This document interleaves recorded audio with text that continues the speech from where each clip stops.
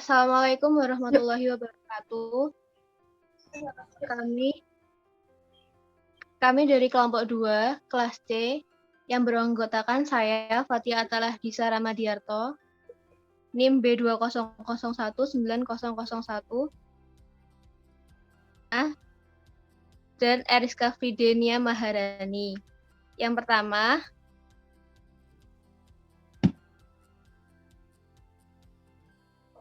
PPT ini berisi yang pertama, Jamiatul Khoir dan Al-Irsyad, Sarekat Islam, Persatuan Islam, dan Muhammadiyah.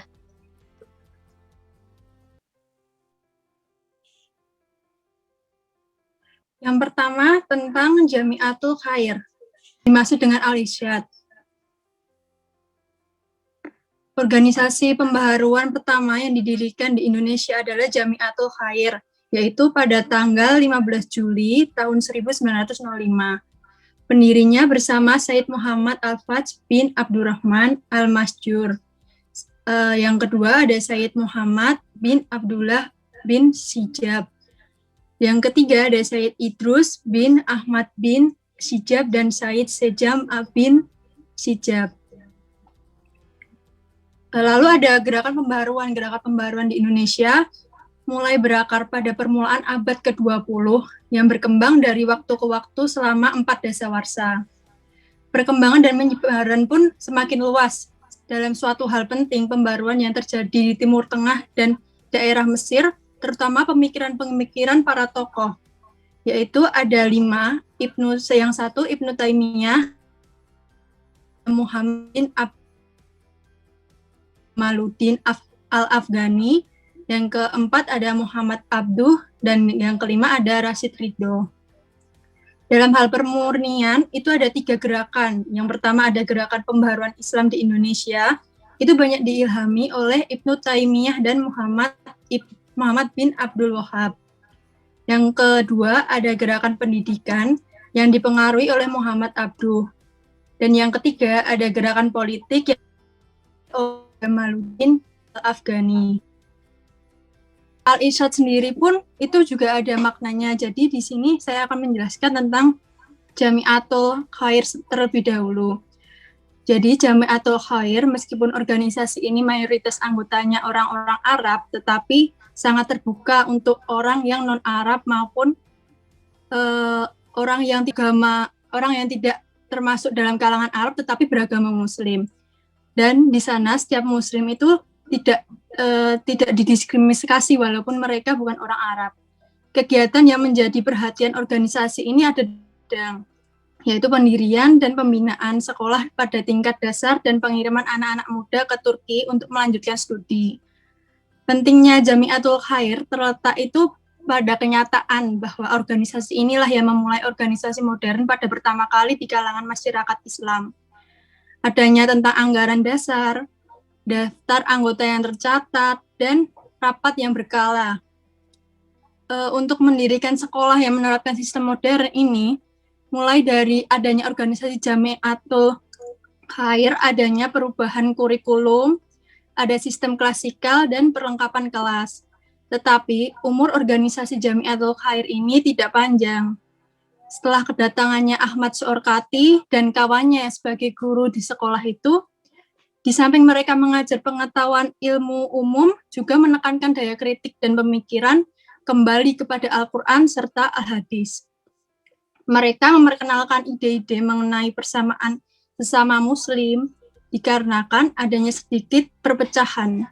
Akhirnya Ahmad Soekarti keluar dari Jamiatul Khair dan merintis organisasi Al-Irsyad.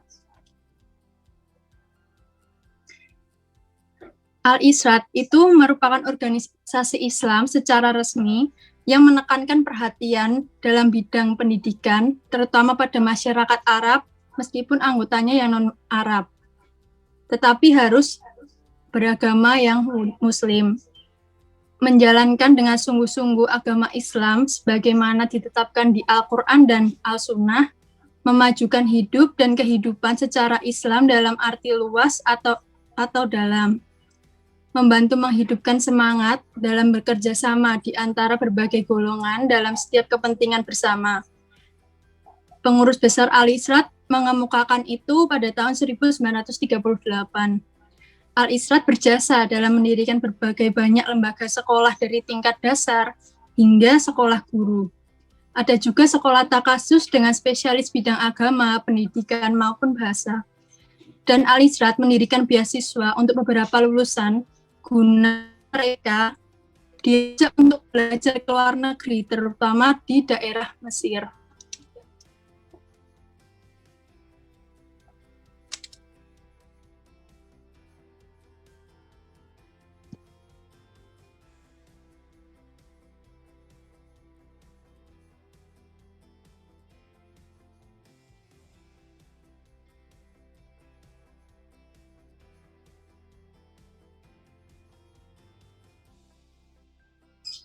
Yang kedua adalah Sarekat Islam. Sarekat Islam atau disingkat SI berdiri di Solo pada tanggal 11 November 1912. Sejarah berdirinya SI atau Sarekat Islam. Pada awalnya organisasi ini lahir karena adanya kompetisi yang meningkat dalam perdagangan, baik terutama dengan golongan Cina, dan sikap superioritas orang Cina terhadap orang Indonesia, sehubungan dengan berhasilnya revolusi Cina pada tahun 1911.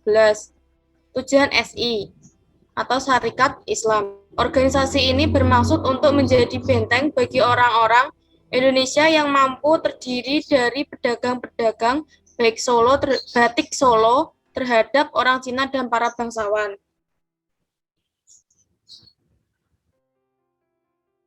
Terdapat bidang-bidang organisasi dalam pergerakannya. Yang pertama, bidang politik. Organisasi ini bergerak di bidang politik dan dalam melawan penjajah tidak lagi menggunakan pendekatan kooperatif tetapi dengan pendekatan non-kooperatif. Yang kedua, bidang pendidikan. SI juga mempunyai perhatian di bidang pendidikan dengan menuntut penghapusan peraturan yang mendiskriminasikan penerimaan murid-murid di sekolah. Ia pun menuntut pelaksanaan wajib belajar untuk semua penduduk serta perbaikan lembaga-lembaga pendidikan pada semua tingkat. Yang ketiga, bidang agraria dan pertanian. SI atau Sarekat Islam menuntut perbaikan nasib rakyat di bidang agraria dan pertanian dengan menghapuskan undang-undang kolonial tentang pemilikan tanah. Pajak-pajak hendaknya ditarik secara proporsional. Yang ketiga, bidang agama. Sedangkan di bidang agama menuntut penghapusan segala macam undang-undang dan peraturan yang menghambat tersebarnya Islam, pembayaran gaji bagi kiai dan penghulu, subsidi pendidikan Islam, dan pengakuan hari-hari besar. Yang ketiga, Persatuan Islam atau disebut Persis. Persatuan Islam atau Persis didirikan di Bandung September 1923 oleh Kiai Haji Zamzam, seorang ulama besar Palembang. Tujuannya, Persis bertujuan mengembalikan kaum muslimin kepada pimpinan Al-Quran dan Sunnah Nabi dengan jalan mendirikan madrasah, pesantren, dan tablik melalui ceramah-ceramah, menerbitkan majalah, brosur, dan buku. Majalah yang menonjol terbitan Persis adalah Pembela Islam dan majalahnya Al-Muslimun yang banyak membahas masalah hukum agama. Usaha Persis. Persis dengan pimpinan oleh A. Hasan sangat getol dalam usahanya memberantas segala bentuk tahayul, bidah, dan kurafat atau TBC dengan cara yang radikal dan tidak tanggung-tanggung. Di bawah pimpinan A. Hasan, Persis berkembang pesat terutama di Jawa Barat dan Jawa Timur.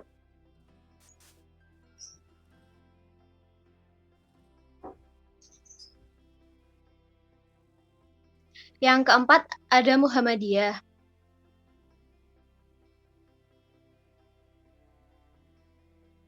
Muhammadiyah didirikan oleh Kiai Haji Ahmad Dahlan pada tanggal 8 Zulhijjah 1330 Hijriah atau bertepatan dengan miladiyah di kota Yogyakarta pada tanggal 18 November 1912. Muhammadiyah bergerak dalam bidang keagamaan, pendidikan, sosial budaya, dan kesehatan. Ada beberapa alasan Muhammadiyah berdiri, antara lain yang pertama, tidak murninya Islam di Indonesia. Yang kedua, pendidikan Islam tidak maju. Yang ketiga, kemiskinan rakyat. Yang keempat, adanya misi dan zending Kristen. Yang kelima, umat Islam bersifat fanatisme sempit. Yang keenam, taklid buta. Yang ketujuh, masih diwarnai konservatisme. Dan yang kedelapan, tradisionalisme.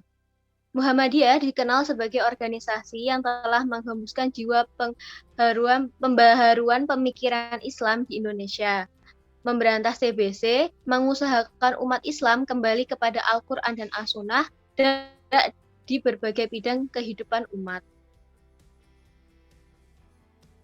Sekian dan terima kasih dari kelompok kami. Bila ada kurangnya, saya mohon maaf.